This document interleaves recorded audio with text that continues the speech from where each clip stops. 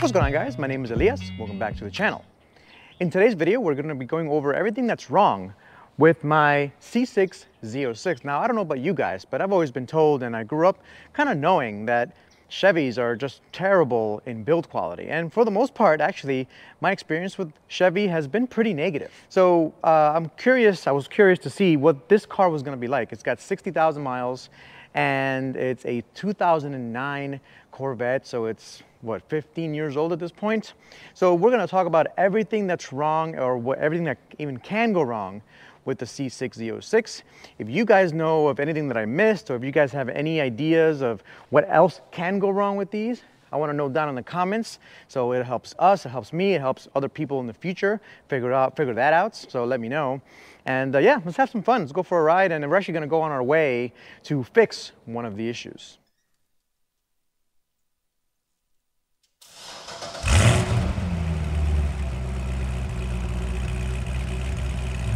So my history with Chevy has not been a great one, and Chevy's General Motors, right? Back a long time ago, back when I was like 14 years old, I used to drive around in a 1992 or 93 Pontiac Grand Prix, and the engine was really well done on that. It was bulletproof. It was awesome. It had a 4-speed automatic, a 4L60, and very sluggish, kind of crappy, but did the job. So it was plenty of power. And it felt pretty good, but everything on the inside was falling apart. All the plastic was falling apart. Everything was just made of garbage. And the car was about maybe 10 years old at the time, maybe 11 years old at the time. Kind of ridiculous for a car like that to be disintegrating right before me. It had less than 100,000 miles. So, I mean, that's one of the many issues I've seen with Chevys over the year. So, getting a Corvette from 2009, I've heard good things about this thing, but I was also a little bit skeptical, as so should you. I mean, most people that have watched my channel, you know, I have BMWs, which have great build quality, but not the best reliability because they're over-engineered, and Hondas, which have always pretty much had great quality, but they've had some misses here and there themselves.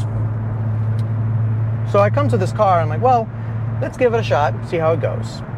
And obviously, so we're gonna go from, you know, all the issues that are like really important, gotta do it right away, to longer term type of issues that I will have to address eventually.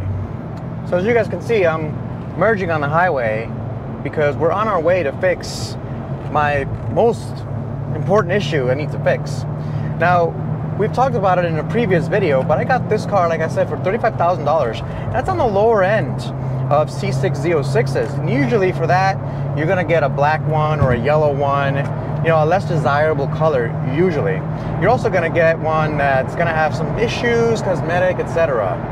I lucked out, and this Z06 is Jetstream Blue. It's a desirable year, so it's got the upgraded sump pump and sump canister, right? It's a dry sump lubrication. So it's got the upgraded dry sump lubrication system of 09 and forward, which is based on the ZR1 lubrication system. It's got the good transmission. I mean, all the transmissions on the Z06s are good, but this is a slightly upgraded one. And so this is a pretty inexpensive car. So again, I was skeptical. I'm like, well, I expect some issues. Cosmetically on the outside, it's really good. It's got a few minor, you know, rock chips here and there, nothing that I would complain about. And if you guys have been watching my Type R videos, you guys know that I found some ridiculous paint chips on my brand new Civic Type R, worse than I find on this car. So that goes to show you, paint quality on this thing is very good. And then I also expected some mechanical issues. Not one. This car has started and ran every single time I went to start it. Not an issue at all. So what were the main issues? And the seller, you know, if you're watching, you were straight up, man. So the tires on this car are very old. They have plenty of tread on them, but they're about 8 years old. They're Michelin Pilot Super Sports from back in the good old days, right? And 8-year-old tires, they're not going to handle well. They're going to vibrate a lot. They're going to transmit a lot of vibrations to the car.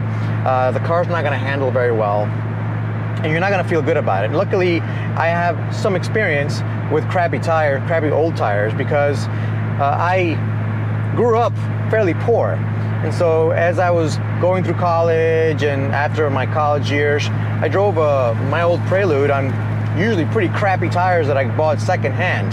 So I've got plenty of experience with crappy little tires, and these are definitely really bad. So number one is definitely the terrible tires on this. They're really bad. You do not want to drive on old crappy tires. I was going to do a whole video on why you should not drive on old crappy tires, but I mean, it should be pretty self-explanatory.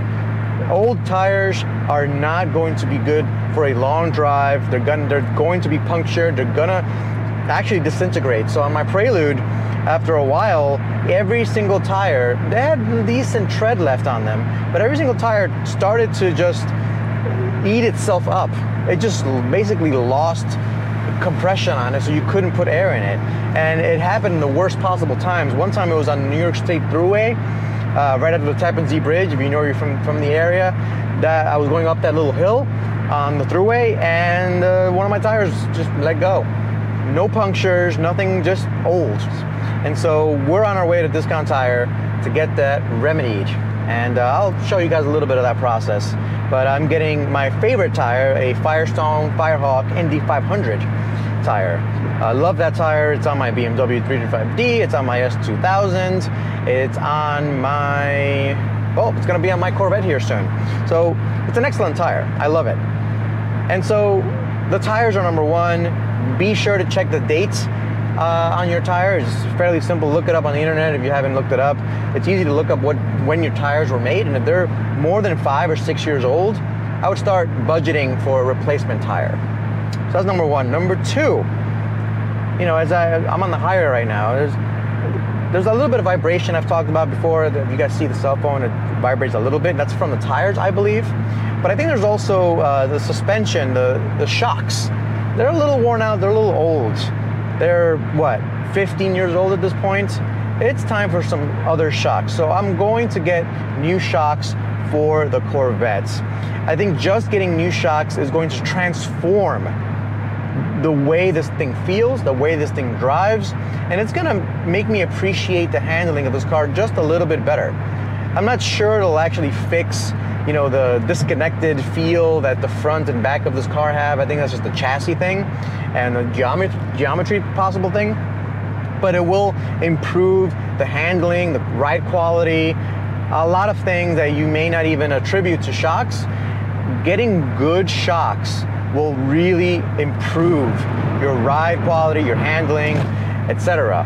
I'm not gonna touch the springs. These have the leaf springs instead of the regular coilover springs. I could, you know, spend some bucks and convert this to a coil spring version, but I'm not really gonna bother doing that. Like, even if I keep this car forever, which I'm not sure I'm gonna do yet, but even if I were, I appreciate the originality of this car. And leaf springs are good enough. I have no need to change out to something else. The next thing that's wrong with this car, and I already did it once. I did an oil change back when I got it, and I know a lot of you guys are going to be kind of surprised to hear this, but I've owned this car for about 1.5 years now, and it's about that time to start changing the oil. I'm very cautious with this car. I want to make sure it's got the best oil possible. As you guys know, the engine is not the most robust out there. Some people have problems with them. So I'm gonna change the oil next. That's another thing I gotta do. The interior, nothing's wrong with it. The seats are perfect for long distance travel, long distance cruising on the highway. Very comfortable. My back never hurts when I'm in these seats.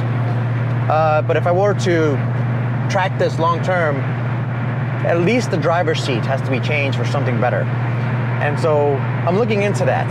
If you guys have any suggestions on what a good replacement seat would be, let me know in the comments. I've already read some comments on some previous C6 Z06 videos suggesting some aftermarket seats. Let me know in this video what you suggest I change out to. I can get Recaros, I can do whatever it takes. The next item I recommend everybody does at 60,000 miles, is probably overdue at this point, is the transmission fluid. The transmission fluid in these should be changed regularly. Most people ignore it because, oh, it's a manual transmission, who cares? I recommend that you change the manual transmission fluid in these every 5 years or so, maybe 6, 7 years, you know, it's not that bad. If you track it, obviously do it a lot more. But if what you're doing is kind of going on highway trips, etc., I would do it every 50,000 miles or so. I'm not sure what the manual says, but from my experience, changing transmission oil never hurts, and it's not that expensive. It's like $200-300 at most. So we'll figure out how much that is, but I will be changing that. At the same time, the differential oil. These cars have a limited slip differential. It is a sports car after all. And trust me, you don't want to be replacing a limited slip differential. They're expensive, but these are things, basically maintenance things that you should be taking care of. Any car that you buy used that's more than 10 years old, more than 5 years old even, I would say, change all the fluids. This car has been very reliable. Most people would say that I should not even be driving this car because the engine's gonna blow up on me.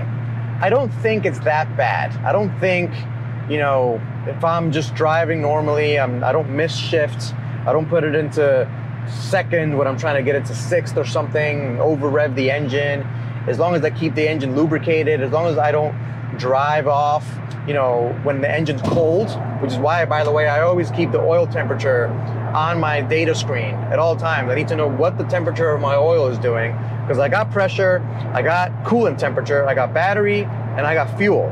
I don't have an oil temperature gauge, so I put it in my screen so I know what my oil temperature is doing. And I make sure I drive very gingerly and carefully if the oil temperature is below about 130. If it's below 130, I'm going really careful. From 130 to 160, I'm not gonna romp on it, I'm not gonna redline it, I'm still gonna be cautious, but I'm just gonna drive normally. And if it's above 160, or about around 160, after the car's been on and we're on the highway for quite a while, it should go up to 160, 170. That's when I get comfortable and I can start romping on it, having some fun.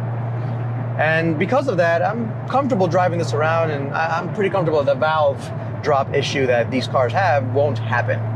I personally don't have time, or I don't want to spend the effort in replacing it, so I'm going to get the heads fixed if I end up keeping this car. It's still a question, guys, and let me know in the comments, would you take this over a Camaro ZL1 1LE?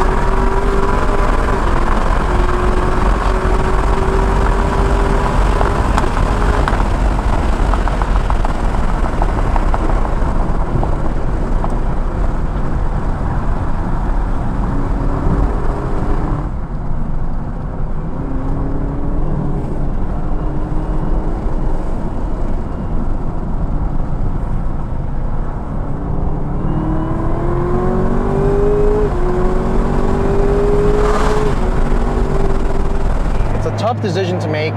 I love the ZL1 1LE. It's very special, it's very fast. It's not a manual, it's automatic. I know some people, you know, are not gonna like that, but it's a really great track car. I like that it has back seats. I'm just not sure. But if I'm keeping this car long term, I will for sure be sending those heads probably over to K-Tech or another reputable shop.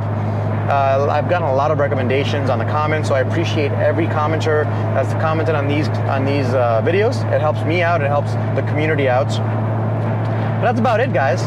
That's the only thing I would need to do in order to keep this car long term.